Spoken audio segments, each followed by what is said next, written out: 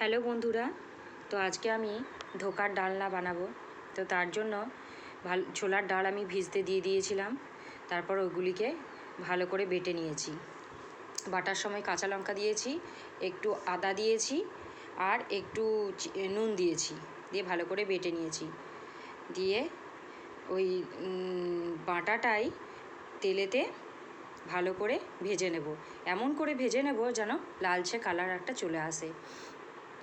তো ননস্টিকের কড়াই ভাজলে আরও বেশি ভালো হয়। আমি এইভাবেই ভাজলাম। তো এই যে ভাজা হয়ে গেছে বোঝা যাচ্ছে।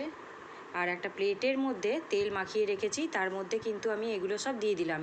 দিয়ে ভালো করে একটা শেপ সাইজ করে নিলাম, যদিও আমার শেপ সাইজটা হয়নি ঠিকভাবে। দিয়ে আস্তে আস্তে কেটে নেব। দিয়ে তারপর ধোকাগুলোকে ভালো করে আমি ভেজে নেব। তো ভাজা অবস্থাটা আমি ভিডিও করা হয়নি। তো এই যে ভাজাগুলো দেখুন কী সুন্দর হয়েছে। খুব একটা শেপ সাইজও আমার আসেনি। যাই হোক, তারপর ওই ভাজার তেলটাতেই একটু কালো জিরে ফোড়ন দিয়ে দেবো। কালো জিরে আর একটুখানি কুচানো পেঁয়াজ দিয়ে দেবো। দিয়ে ভালো করে ফ্রাই করে নেব। বেশ যখন লালচে লালচে কালার চলে আসবে, তখন একটা মশলা আমি করে রেখেছি, টমেটো আর একটু পেঁয়াজ, সেটাকে পেস্ট বানিয়ে রেখেছি। একটুখানি পেঁয়াজ আর আদা রসুন বাটা আমার করা আছে, সেটা দিয়ে দেবো মশলার মধ্যে।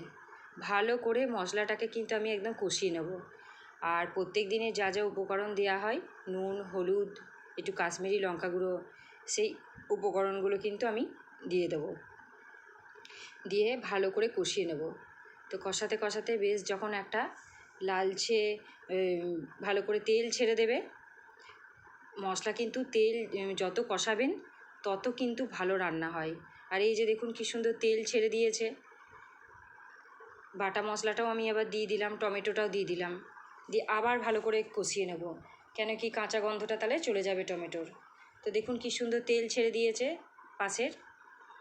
তো এইভাবে যখন তেল ছেড়ে দেবে, আমি জল দিয়ে দেবো। জল দিয়ে একটু আলু দিয়ে দেবো।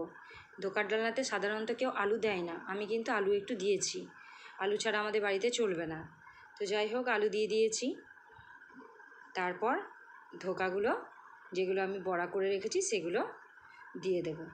তো দেখুন বন্ধুরা কী সুন্দর এসছে রান্নাটার, কালারটা খুব সুন্দর এসছে। আর খেতেও কিন্তু খুব সুস্বাদু হয়। নিরামিষ যারা করেন নিরামিষের মতো করবেন, আরও ভালো হবে। আমি তো পেঁয়াজ দিয়ে করেছি। তো যাই হোক বন্ধুরা, ইউটিউব থেকে যারা আমার দেখছেন সাবস্ক্রাইব করে দেবেন প্লিজ। টাটা।